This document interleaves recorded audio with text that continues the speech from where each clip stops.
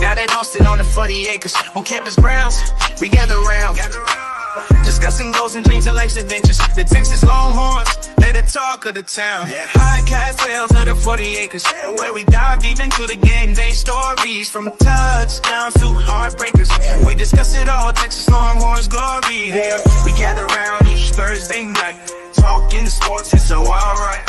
From football to basketball, baseball to softball, Tim Wayne and Harry, we cover it all. Sports talk is our passion, our delight. Thursday night at 8:30, we unite. We discuss the scores, the plays, the teams you like. Let's dive into the game, let's ignite. 12 conference champions.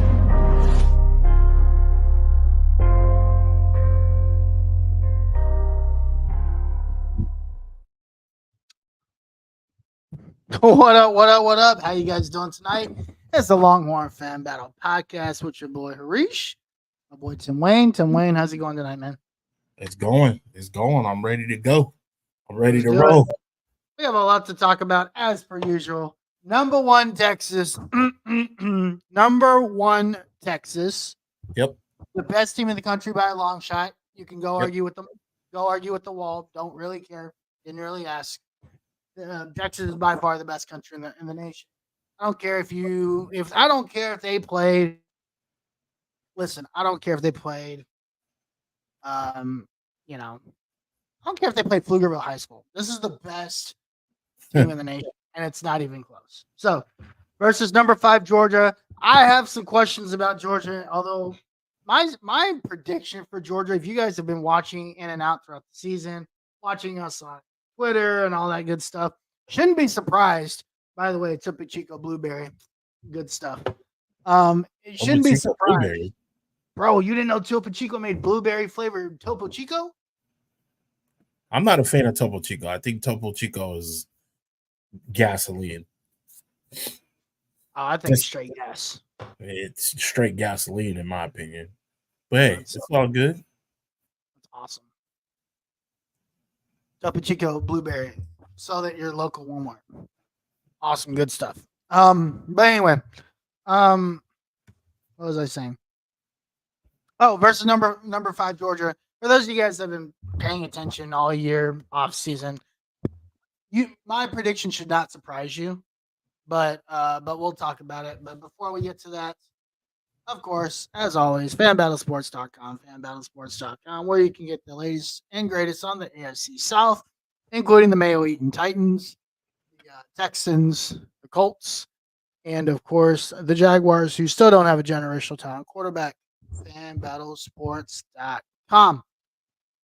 All right, and you can follow us on Twitter at Longhorn Fan Battle. Hey, we are very, very close. I don't know if we're there yet, but we 2846. Guys, follow us on Twitter. We are almost at 3,000. It would be awesome if we can get to 3,000 followers by the time the SEC championship game comes around. Now, whether Texas is going to or not, I don't know. I have a very strong opinion about that. But if we can get to 3,000 before the SEC title game, that would be phenomenal. Yep. Follow us on Twitter. And then, of course, if you're on YouTube, like, comment, subscribe, do all the fun stuff. Do it all. You muted yourself, brother. Still no audio.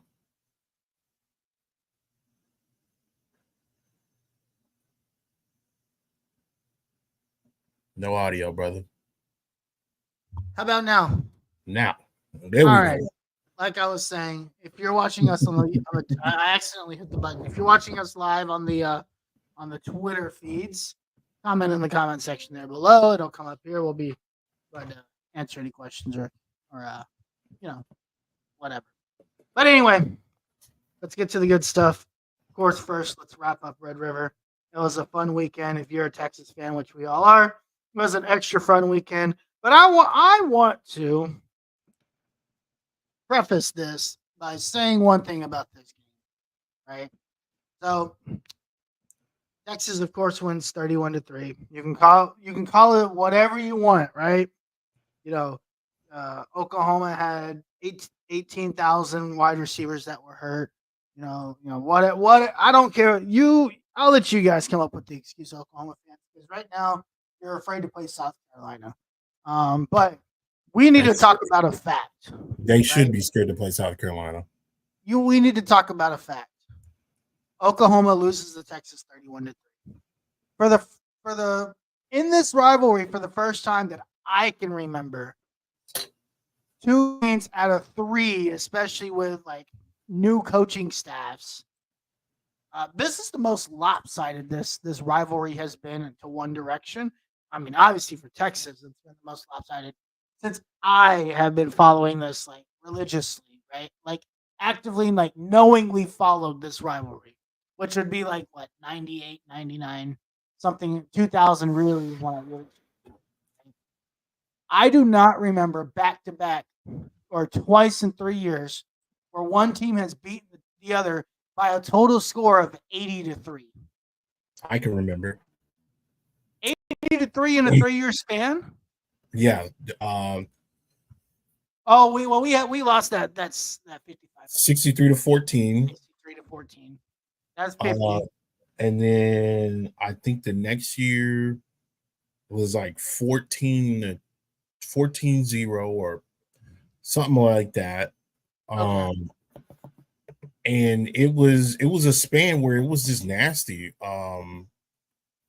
I can't remember all of it was the early 2000s. I want to say early. Yeah, it was 2002, right? Yeah. Here, I'll look it up right now. I believe that was the 2012 game, right? But Oklahoma wasn't that one of the years Oklahoma won the national title? Yeah, 2000 is when they won the national title. They beat Texas 64-13. I mean, 63-14. Then they beat Texas 14-3. Then they beat Texas 35-24. Then they beat Texas 65-13. Then they beat Texas 12-0. And then we go into where that Vince Young, Colt McCoy, that came into play. And so it broke up a little bit of stuff. But that 4 Oh years, yeah, 5 years, 2020. Yeah, it that was was bad rough. news. 12-0. It was basically Vince Young until 06, right? Or 05. Yeah. So 2002 to 2004. No, you're Yeah. right. See, maybe I tried to remember that. I tried. Yeah. That was bad. That sucked. But this. Okay, well then let me rephrase this. This is the most lopsided it's been Texas's way in a very long time, in the 3 years. Right. Okay, that's what I meant to say. So Mhm. regardless, I don't care. Steve Sarkisian owns Brent Venables, and if next year Brent Venables gets busted open in this game again, he is going to get fired. I don't think Brent Venables is going to make it through the season. If you want me to be completely Okay. honest with you. Well, I mean that was my prediction at the beginning of the year, so that's not any shocking. I told you Oklahoma was going to go 5-7. This is a bad football team. I think Brent Venables is going to. I don't see them beating South Carolina. And again, we're supposed to be talking about the Texas game, but just offensively, what they trotted out there was not their best, and It wasn't even mediocre. it was really, really bad. It was QB draw, QB option draw, outside option QB draw. Like that's literally all it was. Like yeah. they had one, and then they had the one wheel route that was wide open that Michael Hawkins just didn't see because Texas just was bringing so much pressure. Right.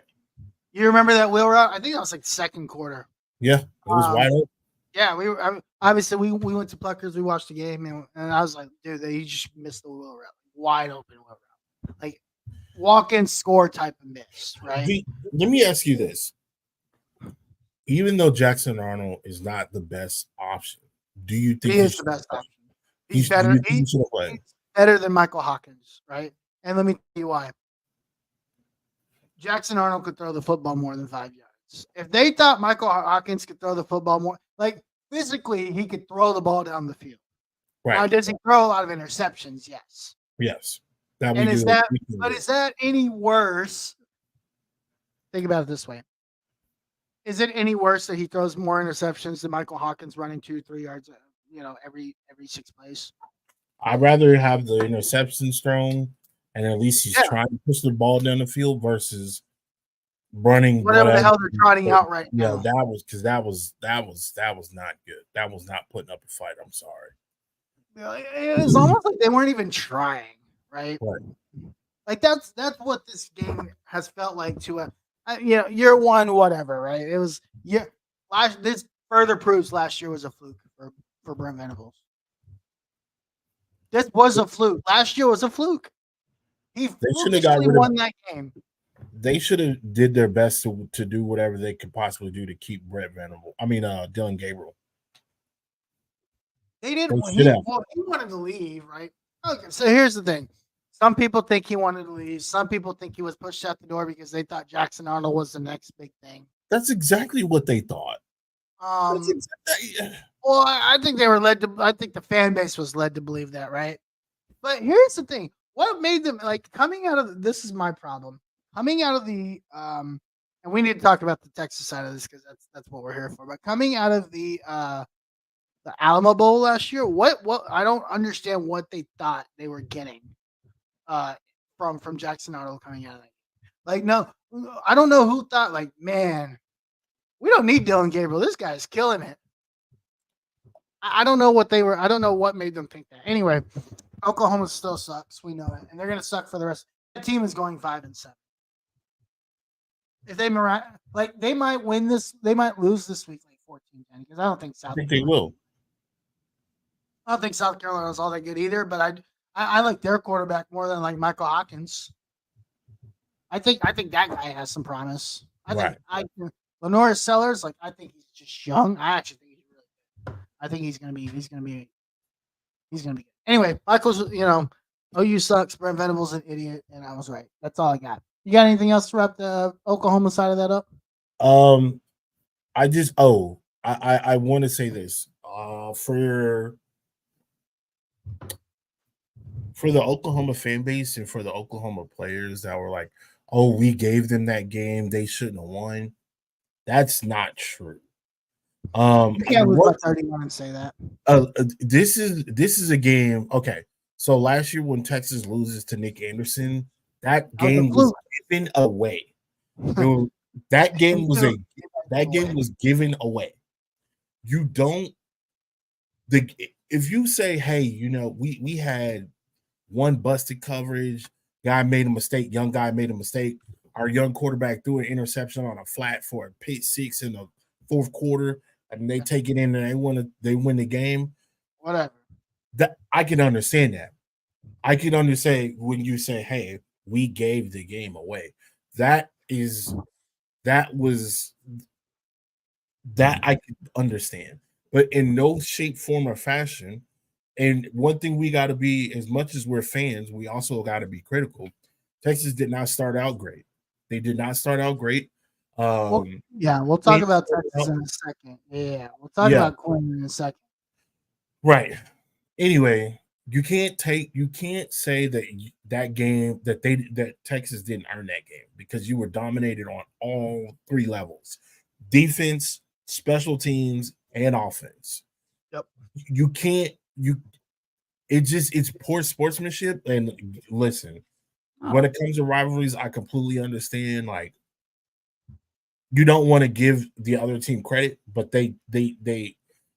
those guys were bigger. Those guys hit harder. Those guys got the ball. They moved the ball better and more effectively, and you couldn't contain it. There was nothing you could do about it. There was nothing that shows anything that you were remotely close to making this game good, other than the first quarter.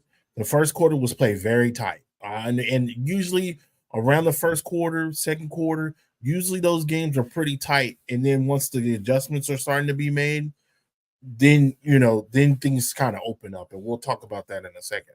But to sit up there and say that those boys didn't go up there and earn that game is crazy.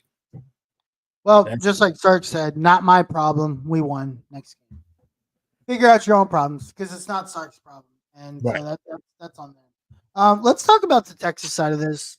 Yeah. Obviously, defense was phenomenal. The defensive line the lines of scrimmage in this game were excellent. Yeah. Very Offensive impressive. line was great. Defensive line was great. The secondary, I don't think the secondary has been tested a lot this year yet, and I don't think I still think the secondary is very good, but I Mhm. don't think they've been tested. I think both of those can be true, right? Right. We'll talk about that when we talk about Georgia. What I do like about this, what I was find very pleasantly surprising. We talked about in the preview, right? These linebackers, man, these guys can fly. Yep. They are everywhere. I mean, Anthony Hill obviously is Anthony Hill. That dude is a dog, right? But Leon LaFau was David Bender, bro. Like, I don't know how many more times we could talk so much. David Bender is this year's version of Jalen Ford. yeah, I think you could say that. I was thinking more like guys that I was thinking like guys from like the Tom Herman era that was shoved down their throat and we were so tired of hearing of it. But then now under Sark have like excelled. There's a guy last year that like I remember like Tom Herman used to like call his name and we used to be like, all right, dude, like shut up at this point, honestly, right? But then like when you talk about like David Bender now, like you're excited to hear about David Bender. Yeah. Like he is flying up draft chart. David Bender has blossomed into a Very good very, very solid linebacker. He's always around the ball. To me, he reminds me of Jalen Ford. He also reminds me of I'm drawing a blank here all of a sudden. He's drawn what's the armbands? He plays with the Cowboys now. Oh, DeMarvion Overshown. Overshown. I couldn't get the last name out of my head. DeMarvion Overshown, they're just heat seeking. They're always looking for contact. They're always looking to they're always around the ball. And when you have players that are always around the ball, I think of players like Patrick Peterson. I think about Honey Badger. I think about Jalen Ford. Jalen Ford was just everywhere last year. He was literally all over the field last year. And Yeah. now you got this guy, David Benda. He's just coming it's like a coming out party. He's literally everywhere. I think personally, I think David Benda and Anthony Hill Jr. should both be in talks for the Lombardi. I think Anthony Hill's at this point, like he might not the Lombardi, the Butkus. The Butkus. I'm sorry. Yeah. The Butkus. I think at this point, is Anthony Hill the favorite to win the Butkus? Like who's played better than him? He's literally the best linebacker in the country. Who's better? Like, Benda or Anthony Hill Jr.? Who's even on that list, right? Let's do a Butkus watch look up. Like who's even? I can't even think of. And it's not Danny Stutzman. That guy sucks. Like that guy's gonna be like a 4th round draft pick. So we could stop with the nonsense that people talk about for that. Danny Stutzman gets a lot. He gets a lot of love. I don't know why. And Billy Bowman, we stopped talking about him too. He sucks too. Oh man, that dude. What did Billy Bowman do on Saturday? What do you think his stats were? He got. I know his stats. He got 1 interception in 3 tackles. 1 tackle. 1 tackle. One interception and 1 tackle. That interception. We're going to use an Oklahoma reference here. That interception was given to him. It was gifted to him on a silver platter. That was gifted to him. It's that simple. Like when you talk about like, oh, we gave that to him. They gave you that interception, right? And without that interception, we're talking about how trash Billy Bowman was. And even with the interception, he was terrible. Yeah. You remember he got crossed up by yes. Trey White? Oh. He was slipping all over the place, dude. He like slipped and turned around and fell on his face. Oh my gosh, that was beautiful. That was a beautiful situation to be in. That's very indicative of how that game turned out.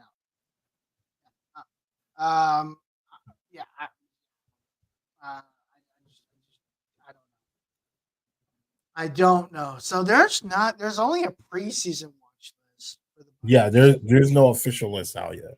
Oh, but you think about even last year's winner, Peyton Wilson out of North Carolina State. That dude was everywhere. He was a monster. Yeah, I do. He was like literal monster. He was. When I think of linebackers like that, those are Butkus winners. And in my opinion, Anthony Hill Jr., David Benda, they have both been very, very active. Whether it be in a run game, stopping the run game, whether it be in passing situations, getting pressure off the edge, getting pressure up the middle. It doesn't matter what, they have literally held that defense down. It's really man. And what was our thing that we talked about going into this year? That one of our concerns was we know what Anthony Hill Jr. can do, but who's that other guy? Who's the other guys? We got 2 guys. We got technically, if you think about it, we got 3. Because you still got Mo Blackwell. Yeah. You got Mo Blackwell, and David Benda, Leon LaFau. We have 4 very solid core.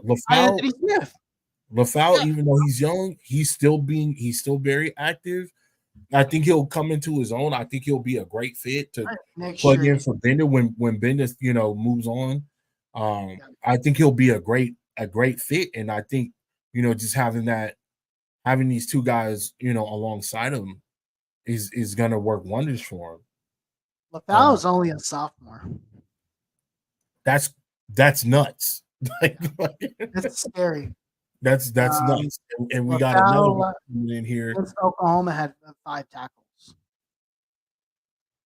That's 6 tackles. 6 tackles against Oklahoma. That's a pretty good 6 tackles for a linebacker is a pretty good game. Especially for a guy. Let's see how many snaps he played. He played. If you get up to like 13, 14 tackles, then you're having great games. Yeah, So to be a sophomore and then still be able to get that much action, that's a really good thing. 37. He played 37 snaps, 6 tackles. That's pretty good. That's really good. That's really good. Like from a ratio perspective, that's really good. That's a good ratio. So yeah, man, I've been highly impressed. Can we talk about the offense real quick? We can, but I also want to talk about one more thing. Go ahead, knock it out. If you ever again our quarterback, you look on the other side of the line of scrimmage for Texas, you see Anthony Hill on one side, on one end, and you see Colin Simmons on the other end, you're dust. It's over. It's over. Don't even try. It's over. That's so scary, bro. That's so much fun. It is so much fun to see that. Colin Simmons is a dog. He's so good. Anytime you see that man line up, your butt should pucker because that dude is literally. And he's only playing 27 snaps. That dude is a freak, bro. He played 27 snaps against Oklahoma. He had 4 tackles, 1 assisted. Then he had a sack. No sacks, but he had 2. He had 1 hit, 1 hurry. He's the dude's an animal. He's he's really good. At the Collinson, and we still listen. I think we ran some exotic play. Oh, we got to talk about Michael Taft. We ran some exotic blitzes this week, right? Michael Taft lining up as a linebacker, essentially like a sub linebacker. It looked like in a couple of those plays, and shooting through the end of the gap as like to blow up a couple runs. Beautiful stuff. Hey, I've been on Michael Taft. That's been my guy. He's really good. Austin kid, walk on, earn a scholarship. Like, what more could you want, man? That is. You know what they did with Michael Taft? They developed him. Yes. God, I love it. I'm so glad we do that at Texas now. That's so much. It's so cool to see that. It is so cool. They developed him.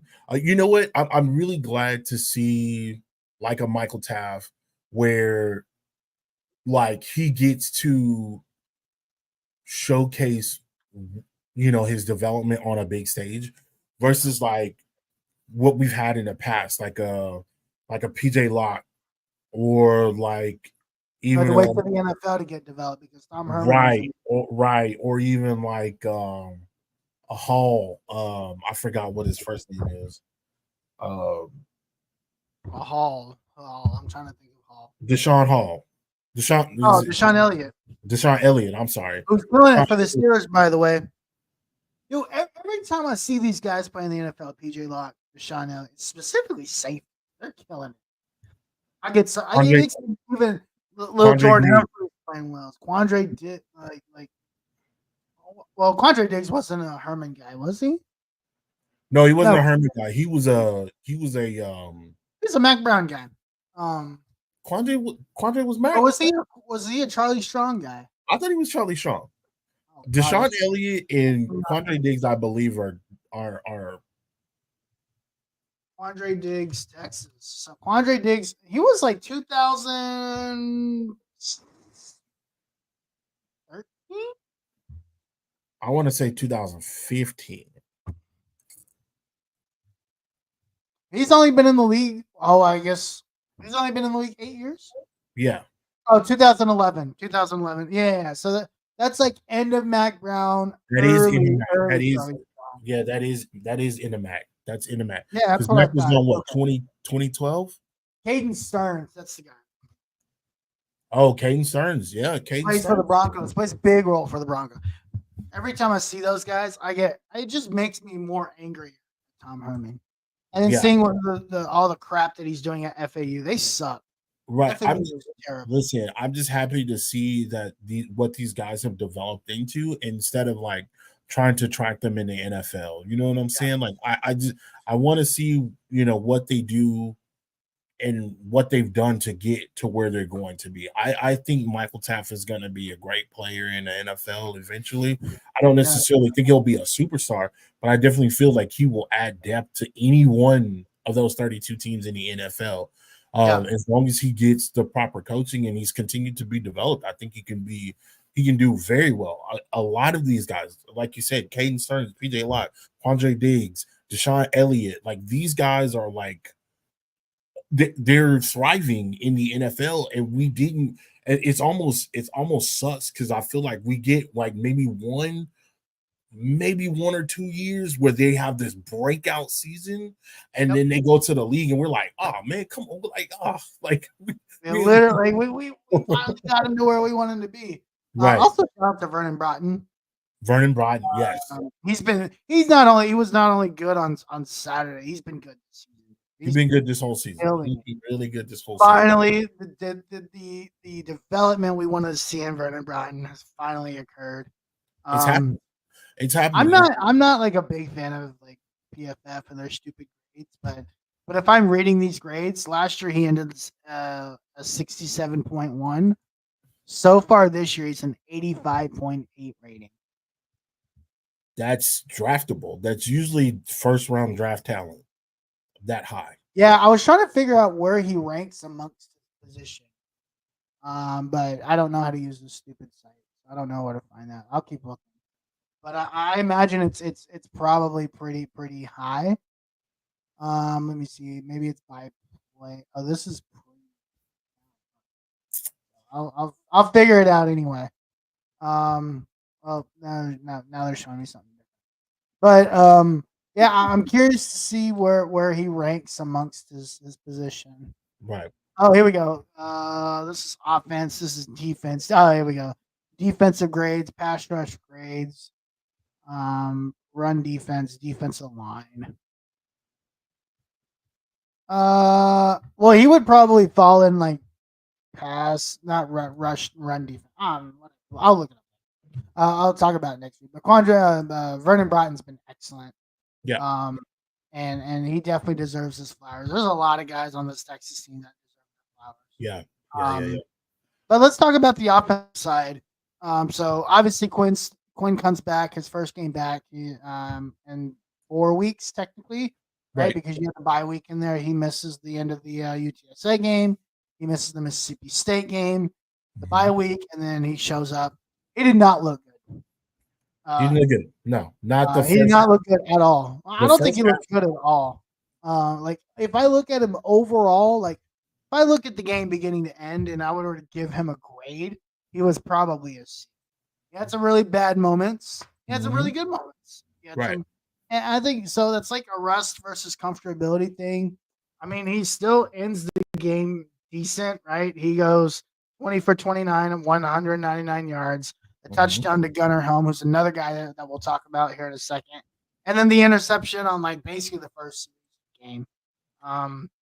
Outside of that interception, he looked okay overall. Like again, I think it was probably a C. Now, is C good enough to win this week? Maybe. Overall, Texas played like a C or D game and won by 31. I mean, I don't know what else to say. Like they didn't play. Like if we were looking at the team as a whole, right? Right.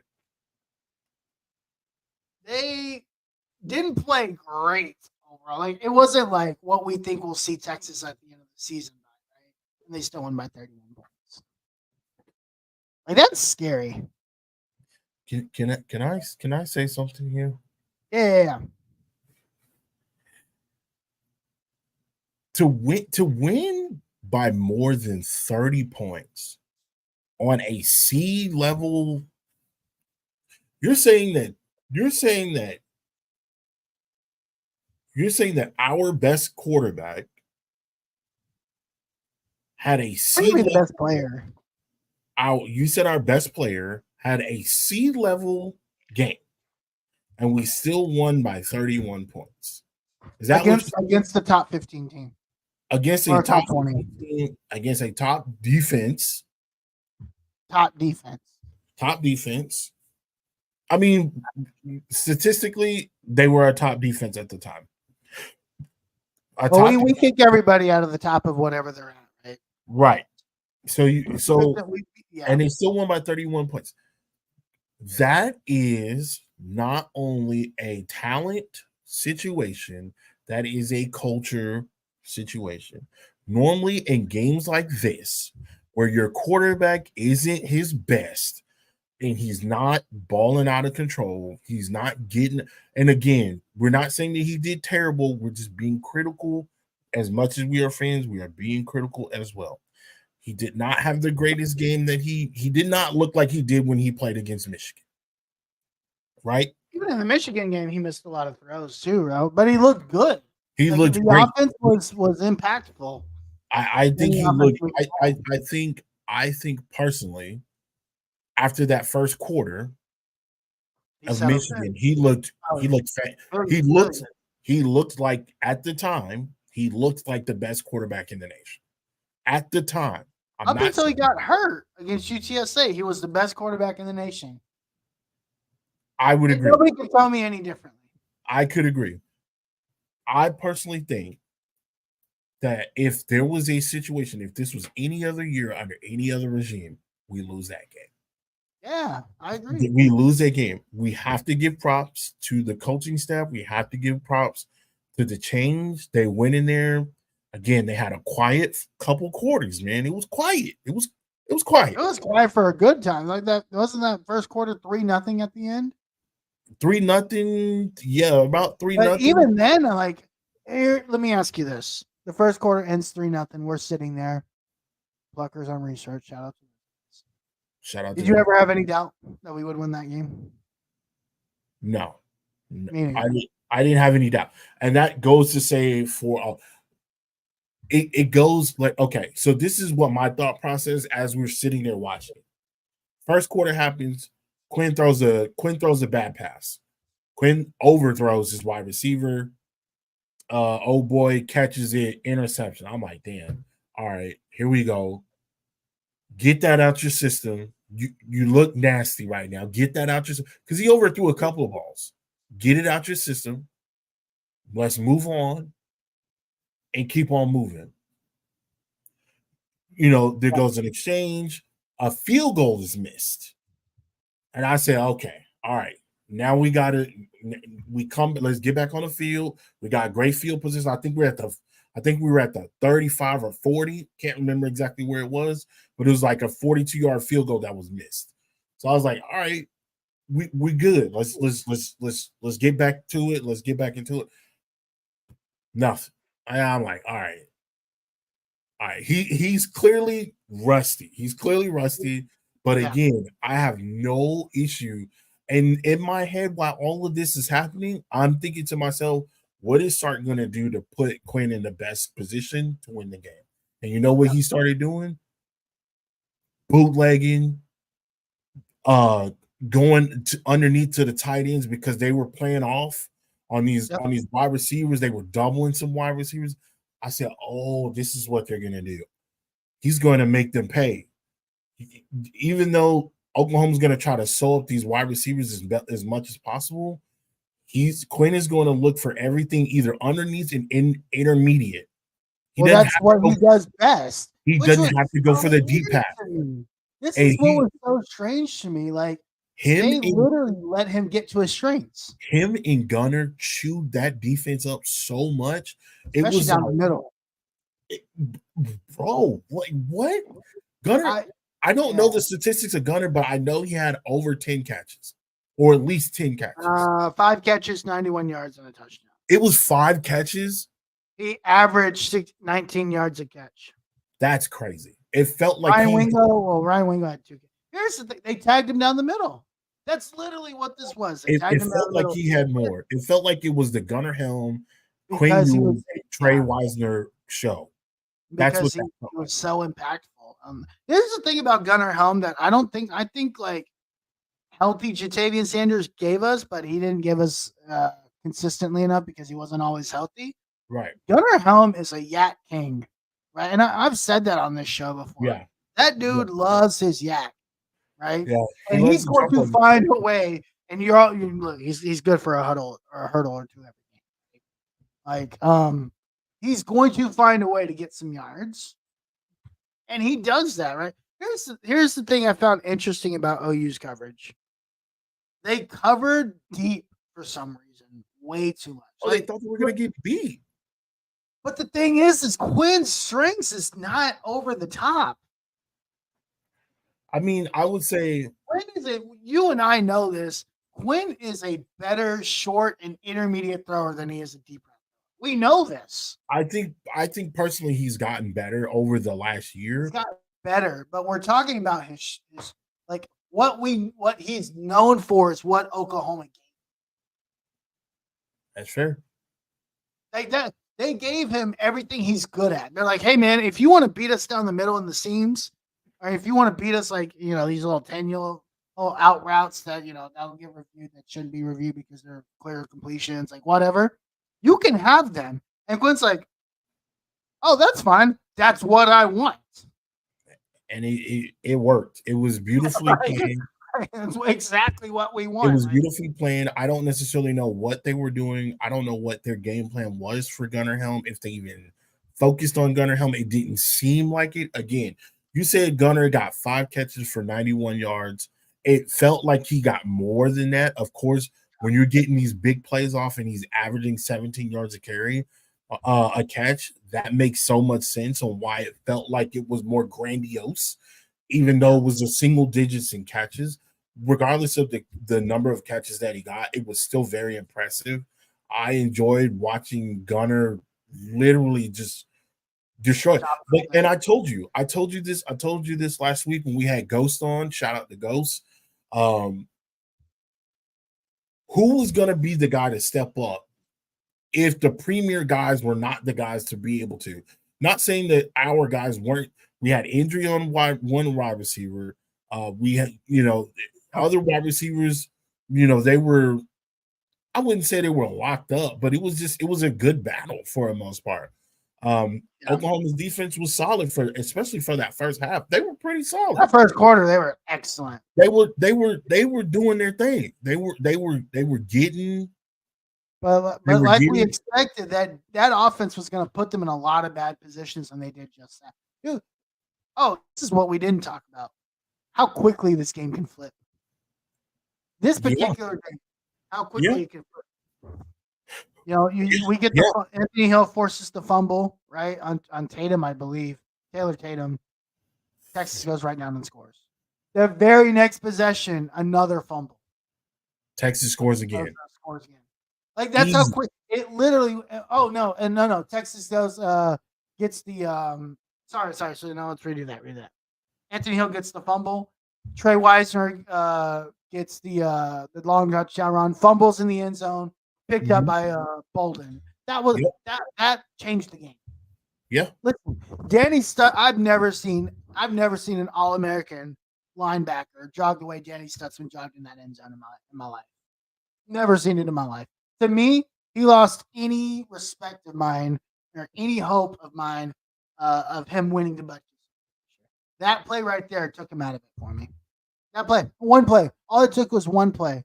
And I was like, yep, Danny Stutzman is not even the best linebacker on this field now. Yet alone in the country.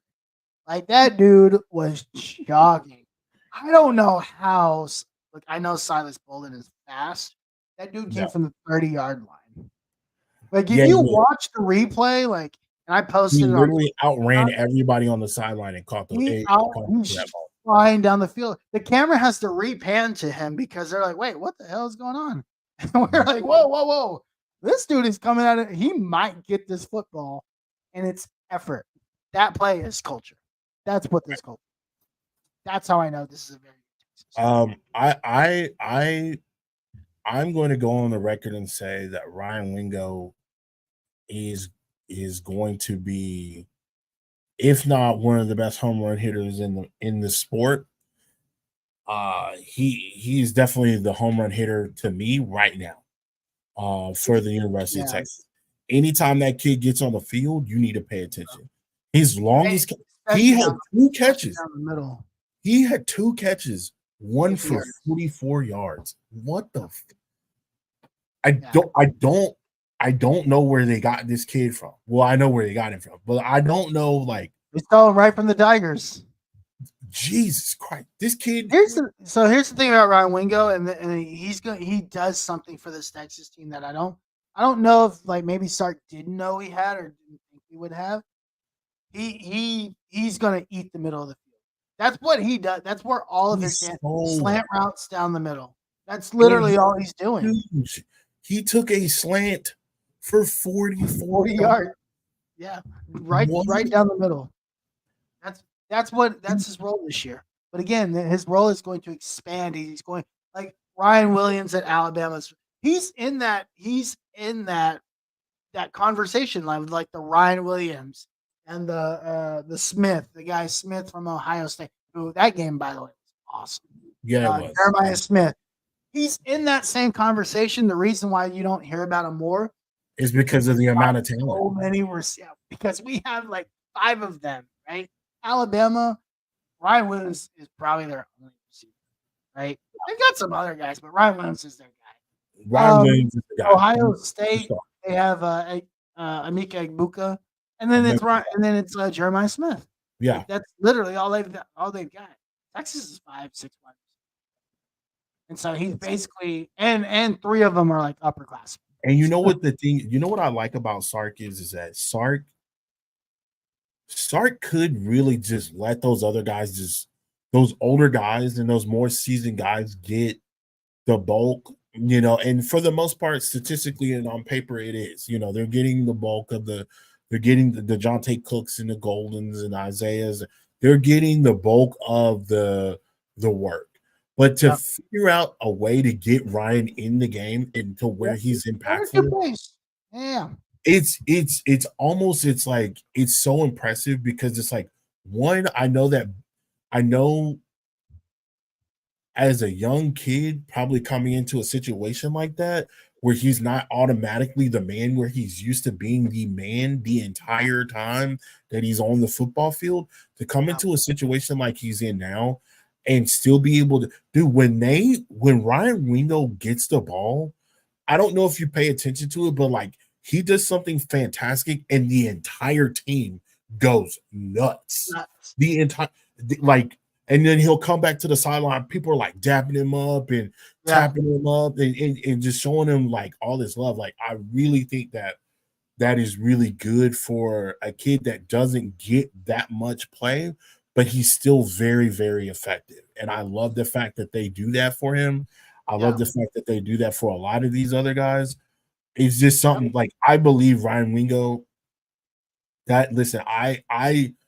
I know what we have now, and I know what we have coming down the pike. That kid is going to be real special, dog. Because we sat there and we were like, when Quint throws the 5-yard out, and we're like, all right, Ryan Wingo, he's gonna catch the ball, he's gonna get the first down, and then he just kept running, and he kept running, and he kept running, and we were like, what is going? What is going? Ryan Wingo's snap count has gone up tremendously. So he gets 24 in week 1, 21 week 2 against Michigan, 18 in week 3. I think that's when he got the ankle. I think that's when he got hurt with the ankle, right? Right. Week 4 against Eli Moreau, 32. No, 18 against Mississippi State. That's when he hurts. He had 36 snaps. That's great. That's really great. And so when you're talking about an offense, plays a point. I think that injury plays a. Bond gets injured. That helps, right? Like Bond. Right. Bond is get in that 40, 50 snap count rate. Usually he only had 19. Right. When you talk about, I'm really curious. I want to try to get Alex Dunlap on the show because he's like that big. He takes all this stupid PFF stuff and like puts it in his own like little stuff, and he like breaks down like snap percentage and snap count percentage and like he goes really deep into that stuff. It's really interesting. Watch the show. Probably not live every day, but I do catch it. Like, I would love to talk X's and O's, but I think that would bore the hell out of our listeners. Our listeners want to hear us talk trash. Yeah, but that's true. I mean, we could do like a pre-recorded show or something with him or something like that. But I want to see if we can like talk to him sometime because he's got Oh, some for really sure. good insights on the some of the inside stuff with this team. I think yeah, I mean Ryan Wingo's gonna be a beast, and his role on this team will expand next year because he'll be one of the leaders of this team next year, right? Yeah, Um, we think next year we'll get a couple of options back at the receiving, right? You might get back. Is it DeAndre Moore will probably come back. I think Ryan DeAndre. Wingo obviously will come back. Um, I think the only one you're not really sure of is it Matthew Golden. Oh, Matthew Golden will be back. He's not draft eligible till next year anyway. So Matthew Golden will be back next year. Matthews had a great game. He's had He's not a good. the I thing. mean, The he's thing is that everybody has gotten their opportunity to shine. This I haven't seen that in years. I think about those that Vince Young led team, that Colt yeah, McCoy led team, where you had a Cedric Benson and Jamal Charles, but then you had Big Henry Melton running the ball in the Big 12 championship getting carries. yep. What? Then they said, hey, listen, Henry, we got these two stud running backs right here. We know Gonna go you play defensive we know, tackle. yeah, we know you broke the all-state record on touchdowns in a year. We'd like for you to go play defensive tackle, and then he turns around and he's rolling Joel Klatt up like a sleeping bag Yeah, in the Big 12 championship. It's stuff like that, like people moving and doing all types of stuff. Like it's really cool to see all of this stuff unfold. Again, we haven't seen this in a very long time, even with the 10-2 Herman team. I think about that team, and I think about that team often. I think that team was really, really good, but I think that team was just okay, and they just found a way. I I don't don't. think that team was. I think that team. I think that team was exceptional. I did not expect them to go Whatever they did, what 10-3 or whatever. 10-2. I expected Yeah, it a 10. nine. I expected again a 9-3 is what I was expecting. So they got a win that I didn't expect them to get, but Yeah, they looked great when they did it. But for me, when I think about that team, I never thought about that team, and I wasn't even ever like, man, this team is that a team playoff. wasn't super. That team wasn't super enriched with talent like this team is. Yeah, I never looked at the team. I was like, man, this is a playoff. I look at this team. I was like, this is a national championship contender. Like I think they can win the national title. Even last year's team, I was like, oh, maybe it's possible. right, This year, I was like, no, this is a national title contender, right, yeah. I feel the same way. and it's clearly the best team in the nation. Like to me, it's clearly the best. I agree. I don't think it's any. I don't think it's close. All right, Tim. We're pretty far in the show. We haven't even talked about Texas, Georgia. I know you tweeted earlier this week. There's a couple of things you want to chat about. I do want to ask you one thing. Yeah. I think this is the game where the secondary gets tested the most, right? Not from the perspective that I don't think the Texas secondary is bad. From the perspective that I don't think they've been tested because they haven't had the volume that I think they're going to get. Does that make sense? Like, Yeah. I think Carson Beck's going to throw the ball 40 to 50 times. I agree. He is going to. Because he has to. Right. They don't have a running game. They ran the ball 24 times or 34 times last week against Mississippi State and only had like 80 yards. Like they cannot. That team is their not. strength is not. Their strength is not in the. Their strength is not in the running game this year. Their strength is. Their offensive line is kind of shaky. Their strength is throwing the ball. In Carson Beck playing well. Right. Yeah. And with that being said, they're number 9 in passing. I want to say they're not. I want to say they're like 102 or 92nd in running and rushing. I can't remember off the top of my head, but they're not ranked very high. It's not impressive. And with Trevor Etienne, you would think that that would be one of their stronger points because Trevor Etienne is really, really, really good. So to not have that, for him to not be that big of a factor, they're 92nd in rushing. For Trevor Etienne to even have just 300 yards rushing in a 5 games that they played is kind of crazy. I would think he would be more around that 500, maybe even 600-yard mark. It just goes to show that, like, one, Georgia is banged up. We have to, like, I think and a lot of Georgia fans, I think they also have to realize that too. Like, you don't have, like, you're not Oklahoma banged up, but you still have very, very good key players that they're not well. I looked at their injury report today. Roderick Robinson II, he's out. That's their Is that the backup. guard? Is that the guard? No, that's their backup running back. He's a really good downhill runner. He's not in the game. Samuel Molden Jr., not in the game. He's going to be out. Branson Robinson, they're another running back, not in the game. Tate Ratledge, which is the offensive lineman in question, he's questionable. Jordan Hall, the defensive tackle, is probable, and Jared Wilson, offensive lineman, is probable. I get it. Listen, not all of those guys are like super, super duper key factors, but there's some really important pieces in there, especially within the offensive line.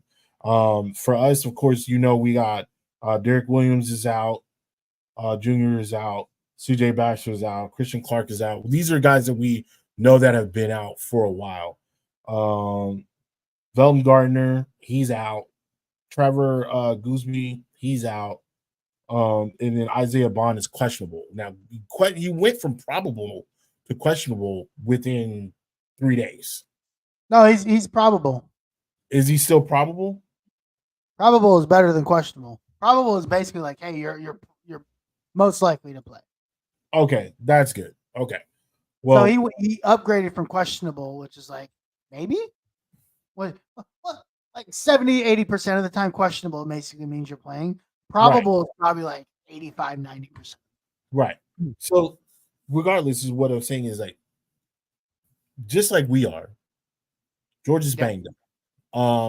I think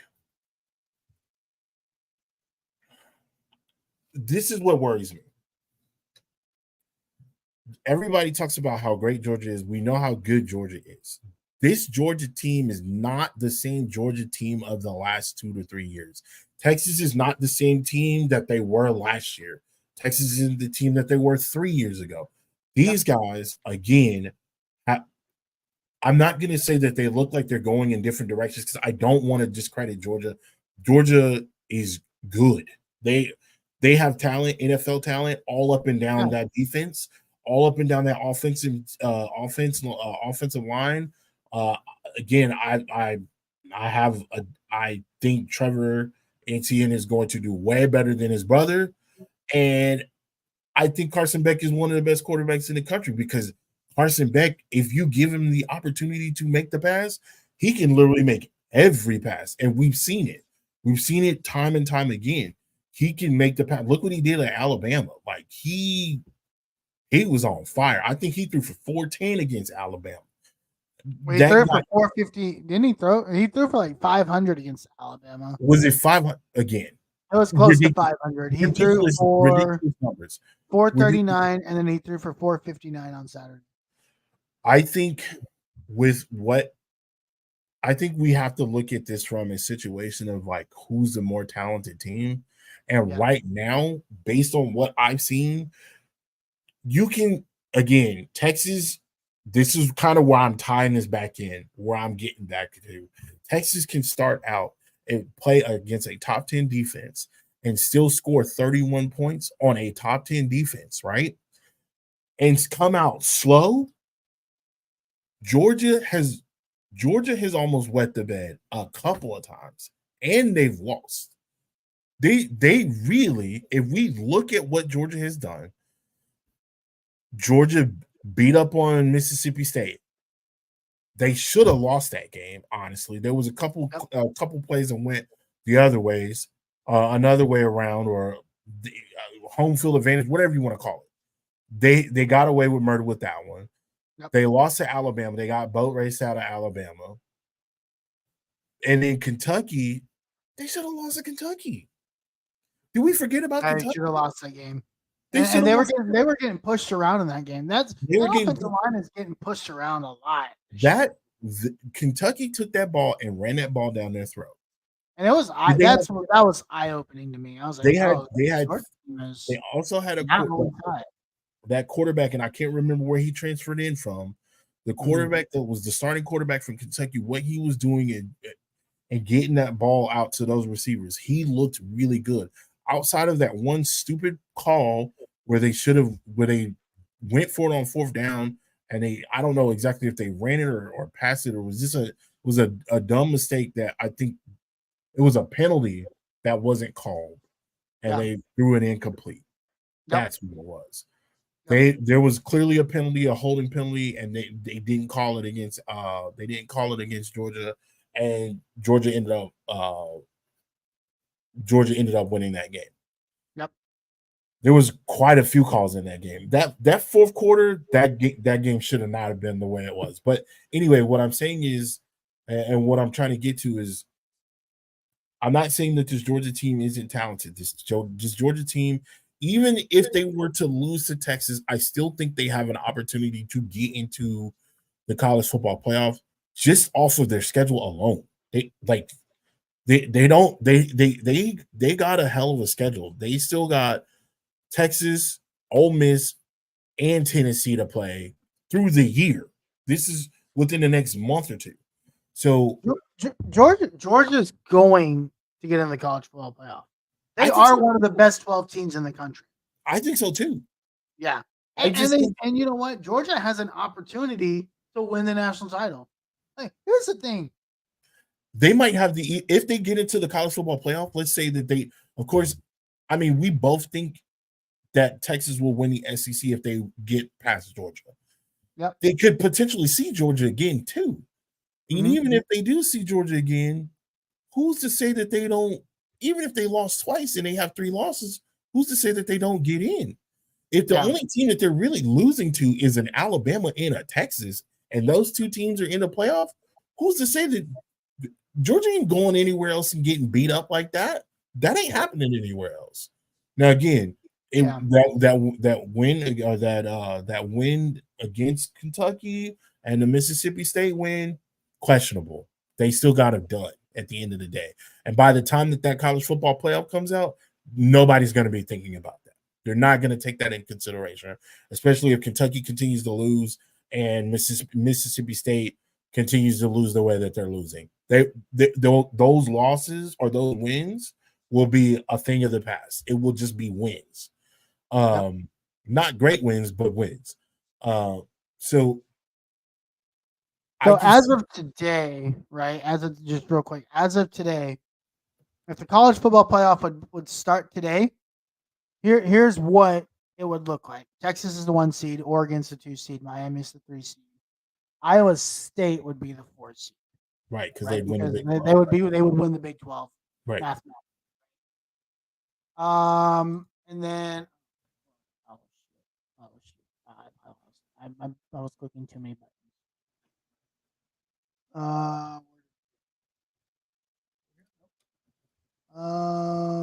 Is this it? Yeah, okay. So that's how that would break down. And then from there, I think Texas would play the winner of Alabama LSU in a second. Okay. There it is. Penn State 5, Georgia 6. Georgia is currently projected to be the 6th. So the second highest SEC school. Right. Which makes sense. Like, that makes sense. Okay? Because actually, no, it doesn't make sense, because basically what this is saying is they are weighting Alabama's loss to Vanderbilt higher than Alabama's win to Georgia. Because they have Alabama as an 8 seed. They're waiting Oregon's win, well, which makes sense. Oregon or Ohio State's loss to Oregon and Autzen is being weighted higher than essentially Alabama's loss to Vanderbilt. Okay, that's fair. Which is fair, right? So you put Georgia 6, Ohio State 7, Alabama 8, LSU 9, Clemson 10, which Clemson's spiking. That's crazy. Yeah. Tennessee 11, Boise State 12. So right now, Tennessee or Texas would be a bye, right? And as the number 1 overall seed in the second round in the quarterfinals, they would get to pick where they want to play, which is going to be where? Jerry World. Yeah. Right? So Texas as a 1 seed is going to, if they continue to go on, listen, I would much rather Texas lose this week and then win the if Texas wins the winner of the SEC by the end of the year will be the 1 seed. I think so. Unless Ohio State or Oregon wins out, right? Right. If either of those two win out, then yeah, they'll get the 1 seed. But assuming everybody's good for, I don't think there'll be any undefeateds. Assuming everybody is good for 1 loss, Texas wins the SEC, they will be the 1 seed. Right. Even if Texas loses the SEC, right? And let's just say Oregon wins and they're the 1 seed, they win the Big Ten. They're gonna pick the Rose Bowl anyway. So Texas as a 1 or a 2 seed is likely to pay their first round game in Dallas if they make the college football playoff as the top 2 seed. Right. So that's currently where they stand. But coming back to the game today or this week, I'm not even going to call it a concern because I think Texas is better than Georgia in every way, shape, or form. Like I think they are better than Georgia. I just think there's unknown in that secondary because nobody's even tried to throw the ball more than 30 times. Right. Let me ask you this. Let me just rapid fire you right quick. Just tell me yes or no. I'm going to go down a list of things and you tell me if Texas is if Georgia is better than Texas in these categories. Okay. Secondary, Texas or Georgia? Texas. Okay. Defensive line, Texas or Georgia? Texas. Offensive line, Texas or Georgia? Texas. Wide receivers, Texas or Georgia? Texas. Quarterback, Texas or Georgia? Time. That's the only. You can even say lean Georgia. That's the only. When I look at these things, it's not necessarily skill, it's health. It's not only health. I think Quinn can throw the rock just as good as Carson Beck. He just hasn't had to do it. Yeah. I think Carson Beck has literally had to have some moments where he had to basically bail Georgia out of situations. Well, see, this is where I think this is mistaken. It's not that he had to bail Georgia out of situations. He had to bail Georgia out of his own mistakes. He throws for 439 against Mississippi State, but he also had 2 picks. True. He throws for 439 and 3 touchdowns against Alabama. How many picks did he throw? I think he had 3 against Alabama. Okay. He's basically essentially what he has done is bailed himself. Yeah. Here's the thing. If Carson Beck doesn't throw for 459 and 3 touchdowns last week at 75% completion percentage, which is insane, they lose that game. Right. They're not beating. If he has 1 touchdown he doesn't throw in that game, they're not winning that game. Right. They lose the Alabama game. He throws for 439 and 3 touchdowns. He throws 3 picks too. 54% completion percentage against a bad Alabama team, a defense. Carson Beck threw a bad Alabama defense. Carson Beck threw 459 last week for 3 touchdowns and 2 interceptions on 36 or 48 completions against a 1-5 Mississippi State team.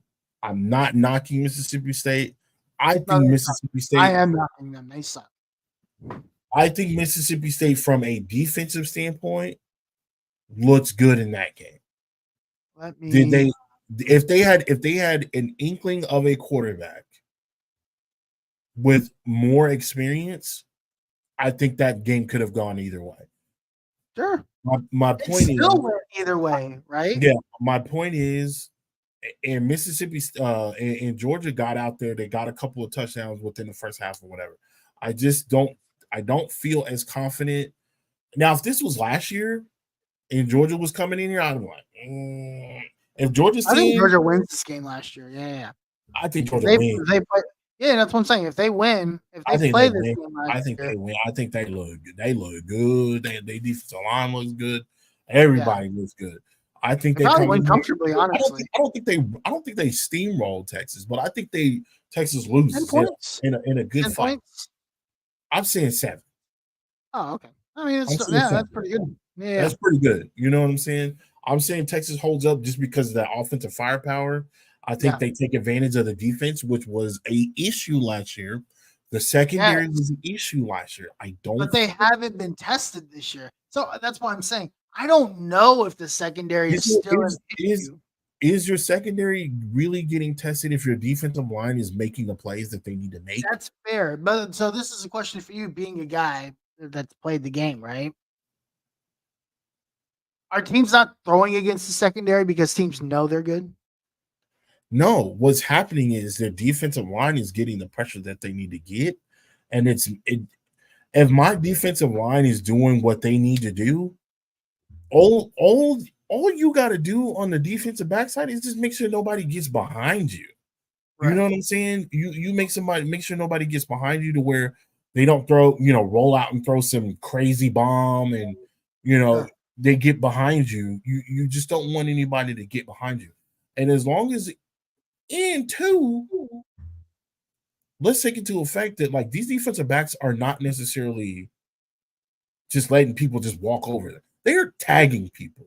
They're That's literally true. they are When they tagging. do catch the ball, you're getting hit. You're getting popped. So it's like So get ready. it's Yeah. a different the psyche is different. Everything about this from just watching this game, they look different. And when you get listen, what is one thing that wide receivers don't like doing? They don't like getting They hit. don't like getting hit, They don't especially like down the middle. not especially these new generational wide receivers. They don't want to get hit. That's not Right. what they want to do. They don't want to get hit. So when you got safeties like Michael Taft and Emeka Agba and Andrew things like Makuba. Akuba, I'm sorry, and you got these defensive backs, literally running around tagging people and taking their heads off. That is, I posted a clip on TikTok of I can't remember who was causing the fumble, the first fumble in the Oklahoma Texas game. That was a combination of defensive backs and one linebacker. Yeah, who got beat on the initial play and came back? Anthony Hill. Running, just hustling. All righty, Tim. What do you think? When we can finish this out, what are your keys to the game?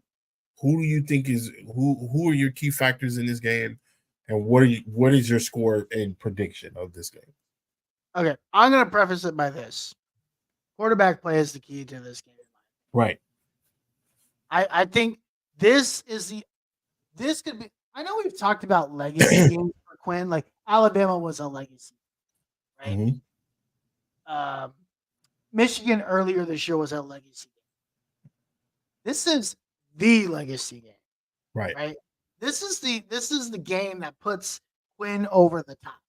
Texas hasn't beaten a top 5 team at home. I think since was that Ohio State team they beat? Were they top 5 when we beat them? They were number 2. But did we beat them at DK? Yeah, that was the Lima Sweet year, right? Or no, we beat them on the road that We beat them on the road at Ohio State. So we haven't beaten a team at home, a top 5 team at home since 1999. Yeah, 1999 at home. We've beaten them on the road. We haven't beaten one at home. Jeez. Yeah, it's been that long. So this is a Quinn. This is not. This is a Quinn Ewers legacy game opportunity, right? Where it's basically like you have the opportunity to put yourself on a list of Texas legends doing stuff that nobody has done, right? Or very little Texas quarterbacks. Mm-hmm. And for Carson Beck, it's like, hey, can you do what you've done to other defenses to the Texas secondary? Are you going to test them that like no team has tested them? And I think they're going to get tested from a volume perspective. I don't know if they're going to be tested from a skill perspective because I don't think Georgia's wide receivers are that. I think Texas they play better receivers in practice than Georgia. And That's that's true. just the truth. We got That's so fair. many receivers. That's fair. That's fair. That's fair. Yeah, they face better receivers in practice than Georgia has on their entire roster. Like it's just, I don't think there's not a team that Texas might play this year across the country. Maybe Oregon, where I can say, dang, this secondary is going to go against like they're not playing Washington's wide receivers for much, right? Right. Their receivers that are on this team are better than the receivers that basically every team they'll play. And then that they have played all year, right? Right. So my thing is two things. Quarterback play, very important. Quinn cannot get off to a slow start. This cannot be a fill it out game. You've got to toast Georgia's secondary is not very good. You've got to toast them from right. Right. Number two is can you pressure Carson Beck? Right. Carson Beck throws 2 picks against Mississippi State last week, but doesn't get sacked at all. So he's kind of upright the entire game for the most part. Throws 3 picks against Alabama, gets sacked 3 times. Like I think you don't need to like sack him like 5 times, but like 2 or 3 sacks, a lot of pressures, make him uncomfortable. He's going to throw the ball 40, 50 times, but if he can be like 40 or 50 uncomfortable times, you get a couple picks out of that. And I think you need like a pick 6, right? Out of those 2 or 3 picks. With that being said, I am a man of sticking to my guns. I had this Texas team going 11-1, right? And I think this comes down to like a field goal or some like weird. It's just essentially like both teams are going to play really well. Texas just doesn't get the ball at the end, and Georgia goes down and scores. Okay. They kick a field goal to win, and I think they win 34-30. You think Georgia wins 34-31? Okay. I'm going to make mine short and sweet. I think with Texas defensive line, I think Georgia will end up playing one of the best defensive lines they've seen in a while. I think it'll be the Colin Simmons and Anthony Hill Jr. show. I think with that being said, and the home atmosphere and Georgia coming to Texas and it not being a bowl game, I don't see Carson Beck is prone to give up the ball. And with Carson Beck being prone to give up the ball, I can see Texas getting a short field and an opportunity to go up and then seeing Georgia make a comeback late. I personally think Texas wins this ball game. I think Texas wins this ball game 21-14. Whoa. You think it's going to be low scoring? The reason why I feel like this is going to be a low-scoring game because on the offensive side, I think they're going to do whatever they can to lock up all of those wide receivers. And for the most part, I think they will from a standpoint of being like they're not going to let the big play. So I think Texas will nickel and dime their way to – I'm sorry. Let's not do 20 – let's not do 14-21. Let's do 21-28. Let's do 21-28. And the reason why I say that is because I do think that Texas will get a ball off. I think the Ryan Wingo-esque ball or a Isaiah Bond or a Gunnar Helm deep ball where it's like a 40-yard ball. I can see that happening. However, I feel like this will be more of a defensive effort coming from Texas.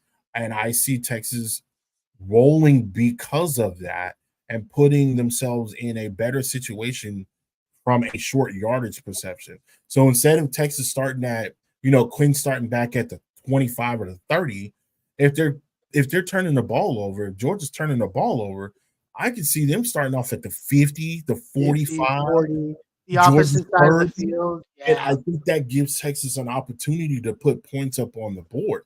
And I think that, again, I like Carson Beck. I like what he can do. Dude, he doesn't care about throwing it. He's gonna throw it.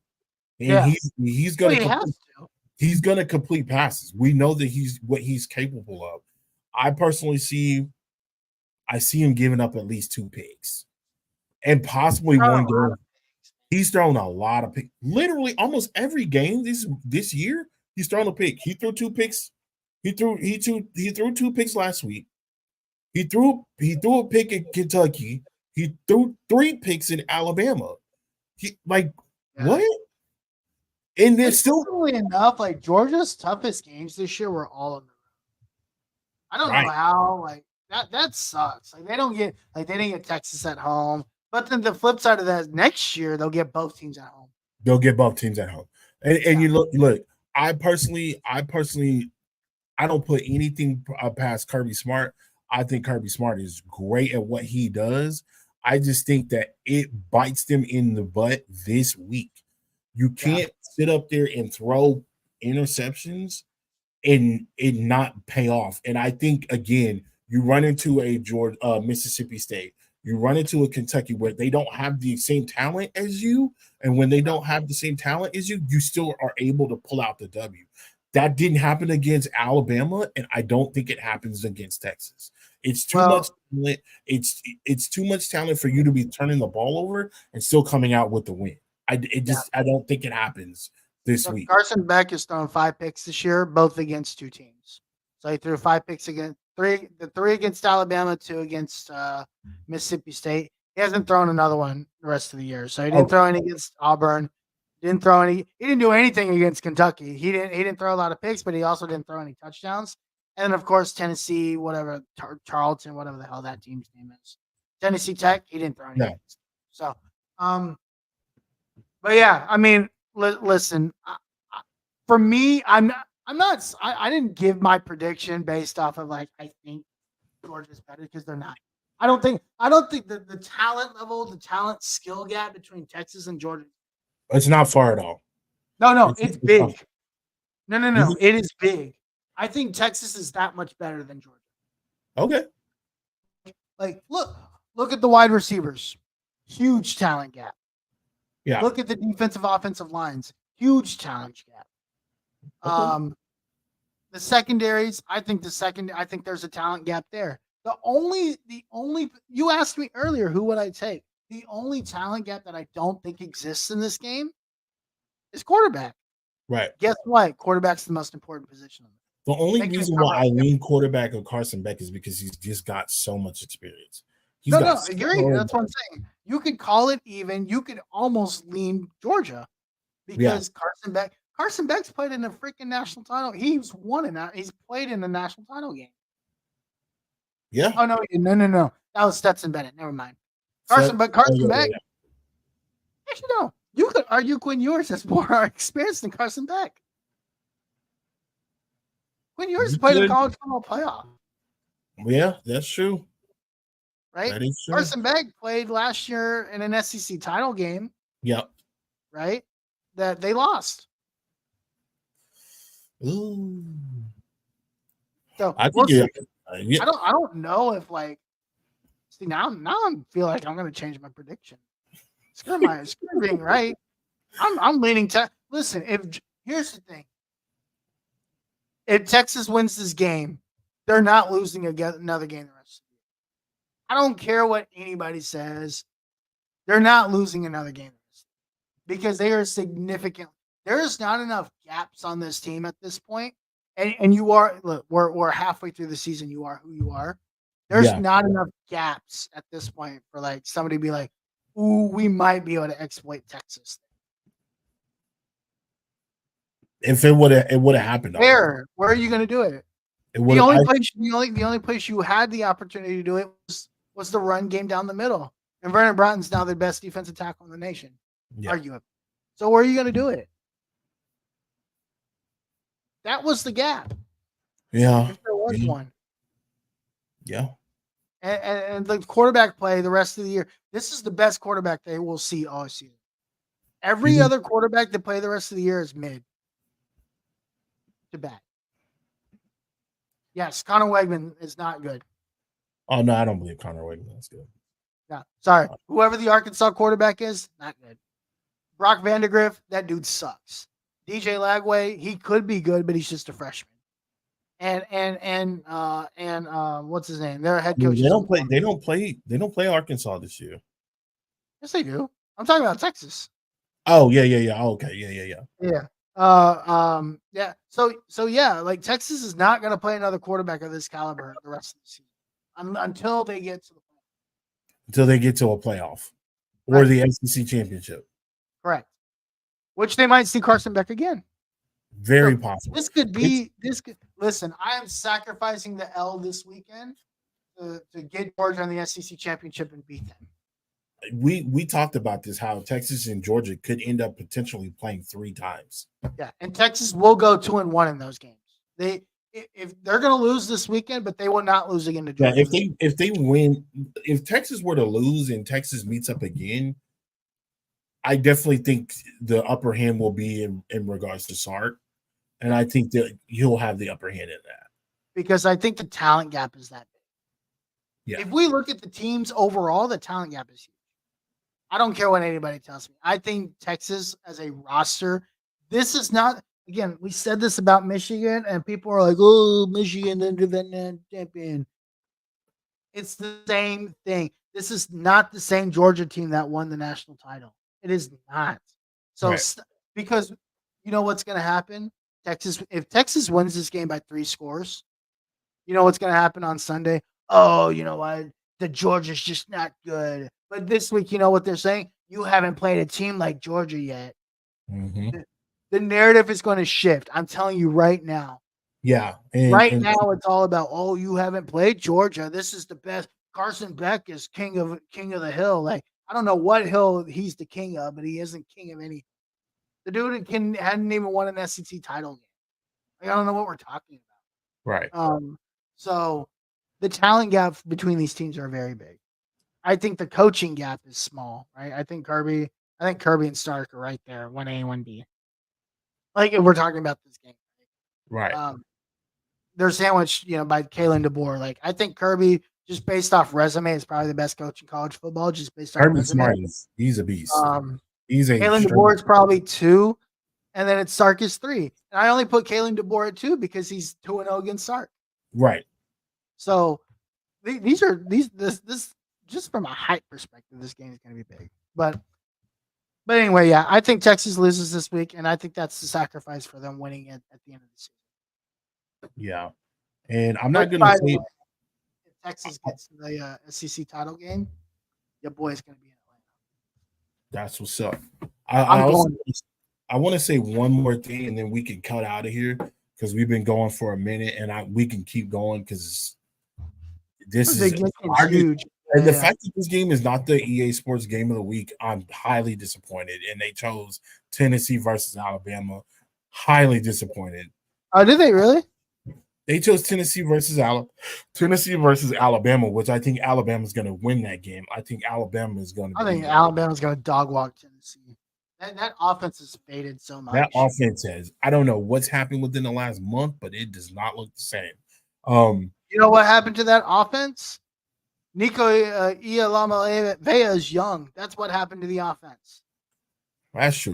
Nico's in the same spot Quinn was in 2 years ago. Very, very good. You said that when you said that at the beginning of the year when they were dog walking. Yeah, for the guys that the Georgia faithful, that the Georgia media, to sit up here and say that the University of Texas, especially this roster this year, to sit up there and say that they don't have any defensive playmakers. I'm singling a specific podcast out. I don't want to name any names, but this is me being. I don't care about that. Who was it? I'm not saying. Come on. I'm not saying. I will say it's from the Locked On fan base. So To sit up, That locked. Listen, there's only one good Locked On podcast I've ever heard in my life, and it's the Dallas Mavericks Locked. oh yeah, That yeah, Locked yeah, On, yeah. yeah. Everybody else on the Locked On network is boring, so they probably had no idea what they were talking about. It. To sit up there and to say that Texas doesn't have any defensive playmakers or they don't have any defensive They go put on some standouts, that lets me know that you don't want. And again, I understand you're being the SEC, and we don't care about it. It's just bigger here. If you don't watch your other teams, you're gonna get boat raced because you're not paying attention. And as What's a this? member of Is the this media, Locked On Georgia? Locked On Georgia locked, Bulldogs? it's the locked on dogs. Locked Oh on yeah. dogs. Oh They, yeah. You got me messed up. to sit up I'm there gonna, and I'm say gonna that listen to this today. to sit up there and say that Texas doesn't have any defensive players is Hmm. absolutely absurd. We just sat up here for 20 minutes and gave Georgia all of this praise because one, they've won a national championship. Two, Kirby Smart is a beast and he knows what to do. Three, Carson Beck, we know he can throw that thing. Even though he's turned the ball over 5 times, we know he can throw that rock. We know Yeah. that. We know that they've got some players on defense that can make some really good plays. Although we think that their defensive backs are suspect right now, is not taking any credit away from them. That's just their weakest point of their defense from what we've seen right now. It's not Yeah.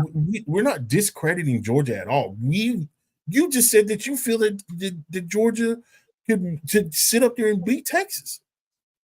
I feel the same way. Listen, if Texas loses to Georgia, am I going to be mad? No, No. it's I'm gonna Georgia. be like, I told you so. Yeah. It's If Texas Georgia. loses, I'm gonna be this surprised because It's I'm gonna say, I told you so. I literally the just University of Georgia.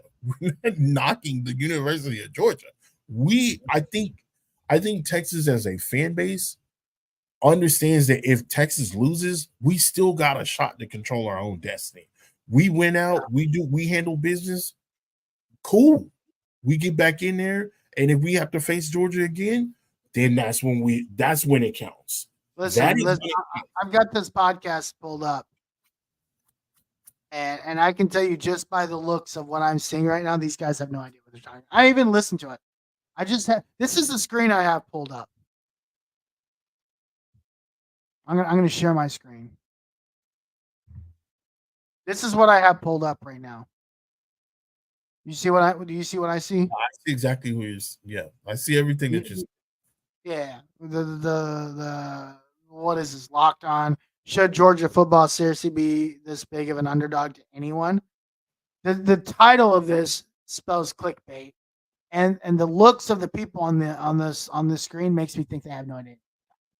Listen, there were some key points that I'll were go made. listen to it, but I can tell you right now, I probably will be 10 seconds in, and I'm gonna put a comment on there. You have no idea what you're talking about. I have had the opportunity to watch SEC football just as long as everybody else, but I've also dibbled and dabbled in other conferences, the SEC, the Big 12, the ACC, and so forth. To be that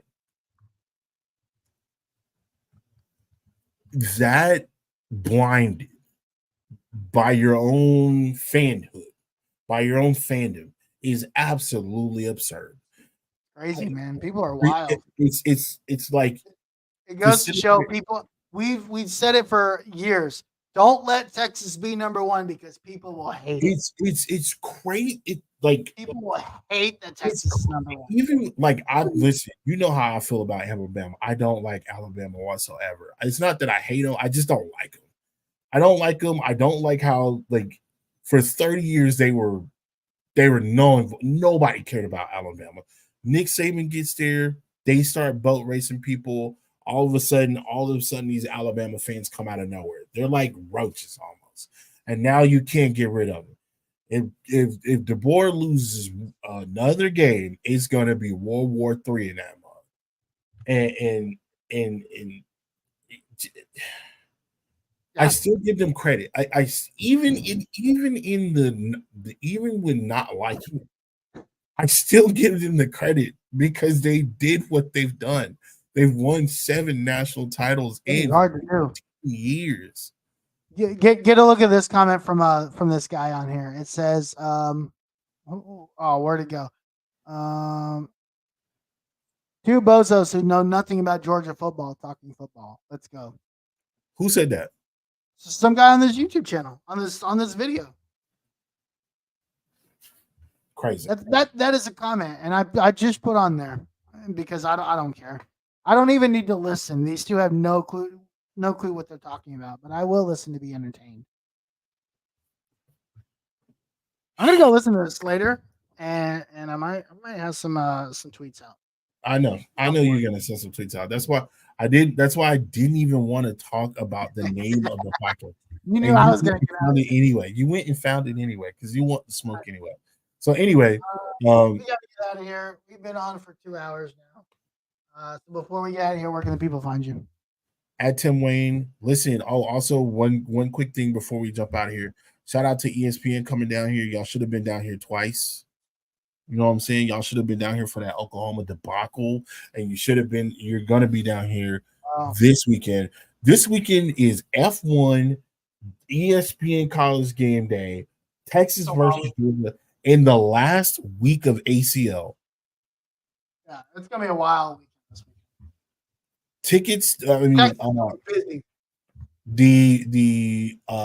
hotel prices in here in the state of Texas, and I don't live that far from the stadium. I live less than 10 minutes from the stadium. Average $1,000. Yep, that's crazy. A night for one night. Yep. So anywho, shout out to the people that's coming into town. Shout out to the people that are going to be at F1. Can't wait to see ESPN tomorrow. Pat McAfee will be down here. Pat McAfee is going to be here. Is he doing a show from here tomorrow? He'll be doing a show from here. Oh, nice. He'll be doing a show from here. I'm going to try to hit up Texas Beef Traders tomorrow because Alex Dunlap and Cody Carpentier. I've always wanted to go check that out, and they're going to have free food and drinks. I'm going to go check that out. Fire.